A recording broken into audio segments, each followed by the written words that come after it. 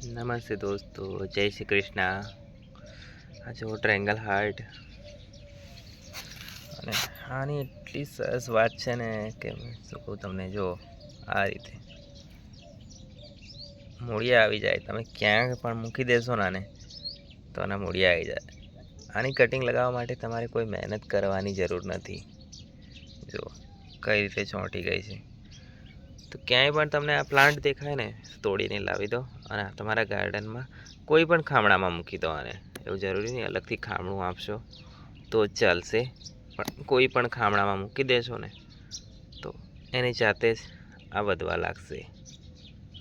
મને તો બહુ જ ગમે આ વેલ, એટલે તો મેં મારા ગાર્ડનમાં એટલી લગાવી છે ને કે તમે બતાવું તો બધા ખામણામાં વધારે પડતી આ જોવા મળશે। ઘણા બધા કુંડા તૈયાર કરેલા છે, દેખાવમાં પણ સરસ લાગે છે અને હેંગિંગ બાસ્કેટમાં તો એકદમ સુંદર લુક આપે છે। આ જો મેં હેંગિંગ બાસ્કેટ રીતે જ તૈયાર કરેલા છે। આ તેલના ડબ્બા જે આવે ને 1 લીટરના ગેલેરિયા 2 લીટરવાળા, તો એમાં બધે કાપીને લગાવી છે। મેં કોઈ પ્રોપરલી આને શેપ આપીને નથી કાપ્યા, બસ એમ જ વેલ લગાવવા માટે કાપીને મૂકી દીધા છે। એટલી સરસ છે ને વેલ, ક્યાંય પણ તમને દેખાય ને તો કટિંગ લાવીને જરૂર લગાવજો। અને જો જોઈતી હોય મારી જોડેથી કટિંગ તો આવી જજો અમદાવાદ, ફ્રીમાં મળી જશે ઘણી બધી કટિંગ। ઓકે, અમદાવાદની આજુબાજુ હોય તો કહેજો મને, હું કટિંગ આપી દઈશ તમને ફ્રીમાં। અહીંયા આર્ટિનિયમ છે, આની પણ ગ્રોથ થઈ રહી છે ઠીક। મેન છે હવે રિપોર્ટિંગનું। આ બધા રિપોર્ટિંગ કરવા માટે માટી તૈયાર કરવી પડશે મારે। આર્ટિનિયમ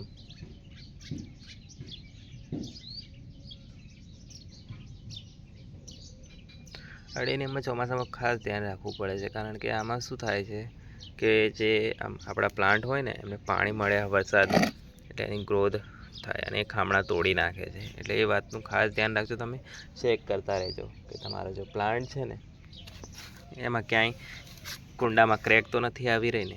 તો થોડી ઘણી ક્રેક તમને દેખાય તો તરત જ તમે એનું કુંડું બદલી નાખજો।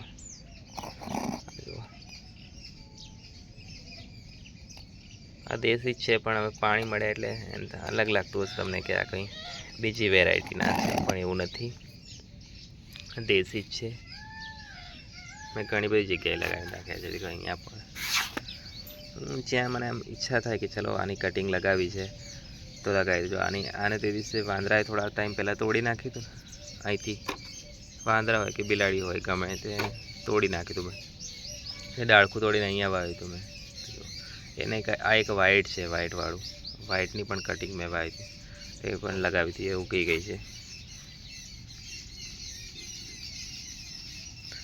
તે આપણો અજમાને હું જ્યાં ત્યાં કટિંગ લગાવતો જ રહું છું। તમે જોશો ને મારા ગાર્ડનમાં આવીને તમારું એક પણ ખામણું એવું નહીં હોય કે પ્રોપરલી એક પ્લાન્ટ લાગેલો હશે। એક પણ કુંડામાં એવું નહીં હોય કે જ્યાં એક પ્લાન્ટ લાગેલો છે, બીજા ઘણા બધા પ્લાન્ટ અંદર જોવા મળશે તમને। આદત જ એવી છે કે હું કોઈ પણ પ્લાન્ટ કટિંગ કરું, પ્રૂનિંગ કરું તો ફેંકતો નથી, તરત એની કટિંગ લઈ અને બીજા કુંડામાં લગાવી દઉં। ફેંકવાની ઈચ્છા નથી થતી કે કટિંગ કેમ ફેંકીએ। આ જો ઘાસ એટલું બધું નીકળી આવે છે। આ ટર્ટલ વાઇન છે, એ ટ્રાયંગલ હાર્ટ છે, જેવી રીતે જ લાગી જાય આરામથી। ક્યાંય પણ તમને મળે ને તો એકવાર તમારા ગાર્ડનમાં એડ કરી દેજો, પછી જોજો એનું કમાલ। તમને ફરી ક્યારે લાવવાની જરૂર નહીં પડે વેલ। ત્યાં ફેલાઈ છે ને ત્યાં જો મૂળિયા એને નાખી દીધા છે, કેટલા બધા મૂળિયા છે।